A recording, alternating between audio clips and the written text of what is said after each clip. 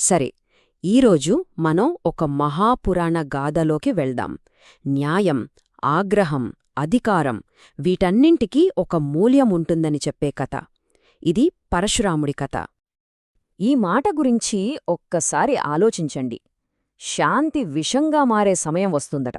అంటే కొన్నిసార్లు ముఖ్యంగా అవినీతి పెరిగిపోయినప్పుడు మౌనంగా ఉండటం, శాంతిగా ఉండటం సరైన సమాధానం కాకపోవచ్చా? సరే, మనమెప్పుడూ కథలోని కాలంలోకి వెళ్దాం. అదొక అహంకారయుగం. అంటే పాలకులు అంటే క్షత్రియులు. వాళ్ల అసలు కర్తవ్యమేంటి? ప్రజలను కాపాడటం. కాని వాళ్లు అది మరిచిపోయారు. అధికారం వంశపారంపర్యంగా వస్తోంది కదా అని అహంకారంతో విర్రవీగుతున్న సమయమది. ఇలాంటి పరిస్థితుల్లోనే సరిగ్గా ఈ క్షీణిస్తున్న ప్రపంచాన్ని సరిదిద్దడానికి అన్నట్లు మన కథానాయకుడి ఆవిర్భావం జరిగింది. అతనే పరశురాముడు. చూడండి, పుట్టిందేమో శాంతిని బోధించే బ్రాహ్మణ వంశంలో, కాని విధి మాత్రం అతన్ని ఒక పేను తుఫానుగా మార్చాలని నిర్ణయించుకుంది. మరి ఇంతటి శాంతమూర్తి ఒక తుఫానుగా ఎలా మారాడు? అతని ఆగ్రహానికి అసలు కారణమేంటి? అంత పెద్ద సంఘర్షణకు దారితీసిన ఆ ఒక్క సంఘటనేంటో ఇప్పుడు చూద్దాం. ఇక్కడ మనం రెండు విభిన్న ప్రపంచాల ఘర్షణను చూస్తాం. ఒకవైపు పరశురాముడి తండ్రి జమదగ్ని మహర్షి. ఆయన ఆశ్రమం పవిత్రతకు, నిగ్రహానికి మారుపేరు. మరోవైపు 1000 చేతులున్న రాజు కార్తవీర్యార్జునుడు. దైవత్వమిచ్చిన బలంతో కళ్ళు మూసుకుపోయి గర్వంతో నిండిన ఒక నిరంకుశుడు. శాంతి, దురాశ ఈ రెండూ తలపడ్డాయి. ఆ రాజు దురాశకు హద్దుల్లేకుండా పోయాయి. జమదగ్ని ఆశ్రమంలో కామధేనువు అనే ఒక పవిత్రమైన ఆవు ఉండేది. అడిగినవన్నీ ఇస్తుందని నమ్మకం. దానిమీద కన్నుపడింది రాజుకి. అంతే, బలవంతంగా దాన్ని దొంగిలించాడు. సరిగ్గా ఆ క్షణంలోనే ఆ మహాసంఘర్షణకు బీజం పడింది. విషయం తెలిసిన పరశురాముడు ఊరుకోలేదు. రాజును ఓడించి కామధేనువును తిరిగి ఆశ్రమానికి తీసుకొచ్చాడు. అంతటితో కథ ముగిసిపోలేదు. ప్రతీకారంతో రగిలిపోయిన ఆ రాజు కొడుకులు ఏం చేశారో తెలుసా? నిరాయుధుడు తపస్సులో ఉన్న జమదగ్ని మహర్షిని అత్యంత దారుణంగా హత్యచేశారు. ఇక అన్యాయం తారాస్థాయికి చేరింది. ఆ ఋషి రక్తం న్యాయం కోసం ఘోషించింది. అదే ఆ క్షణం, ఆ పరివర్తన జరిగిన సమయం. తండ్రి దారుణ హత్యతో ఆ సన్యాసిలోని శాంతి చచ్చిపోయింది. జపమాల కిందపడింది. గండ్రగొడ్డలి పైకి లేచింది. ఒక సన్యాసి ప్రతీకార యోధుడిగా మారాడు. సరే, ఇక కథలోని అత్యంత తీవ్రమైన హింసాత్మక ఘట్టంలోకి అడుగుపెడుతున్నాం. కాని గుర్తుంచుకోవాల్సిన విషయమేంటంటే, ఇది కేవలం పగ, ప్రతీకారం మాత్రమే కాదు. ఇది ఒక పునఃస్థాపన, ధర్మాన్ని మళ్లీ నిలబెట్టడానికి జరిగిన ఒక మహాయజ్ఞం.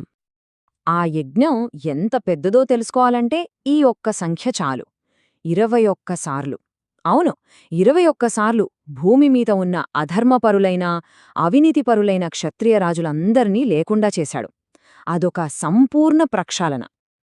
అతను వేసిన ప్రతి వేటు, ప్రతి దెబ్బ కేవలం శత్రువుల మీద పడలేదు. అది మొత్తం మానవాళిని ఒక ప్రశ్న అడిగింది. అధికారమనేది సేవ చేయడానికా, లేక అది పుట్టుకతో వచ్చే హక్కా అని.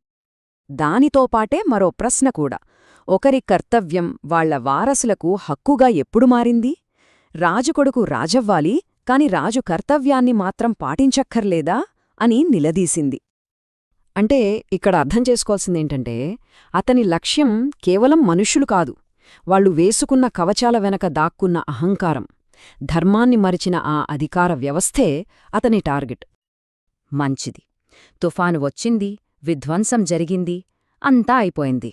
మరి ఆ తుఫాను తర్వాత మిగిలిన నిశ్శబ్దం ఎలాంటిది? అంతటి దైవిక ఆగ్రహానికి చెల్లించాల్సిన మూల్యమేంటి? అంతా అయిపోయాక అక్కడ మిగిలింది కేవలం నిశ్శబ్దం. ఆ నిశ్శబ్దంలో తను చేసిన విధ్వంసం మధ్యలో నిలబడి పరశురాముడు ఒక గొప్ప నిజాన్ని తెలుసుకున్నాడు.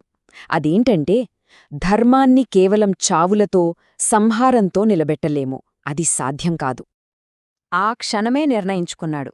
ఆ ప్రతీకార సింహాసనాన్ని వదిలేశాడు. గెలిచిన రాజ్యాన్ని దానం చేసి పర్వతాలకు వెళ్ళిపోయాడు.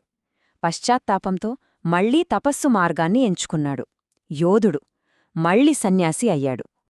మరి ఈ మొత్తం కథ నుండి మనం నేర్చుకోవాల్సిందేంటి? పరశురాముడి వారసత్వం మనకు ఏం చెబుతుంది? అతని కథ మనకు తీవ్రమైన కరుణ అనే ఒక కొత్త పదాన్ని పరిచయం చేస్తోంది.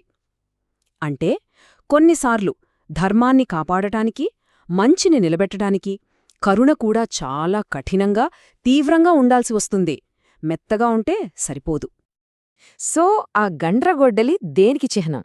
అది ద్వేషం కాదు, న్యాయం కోసం పుట్టిన ఆగ్రహం. సహనానికి, చేతకానితనానికి మధ్య ఉన్న సన్నని గీత అది.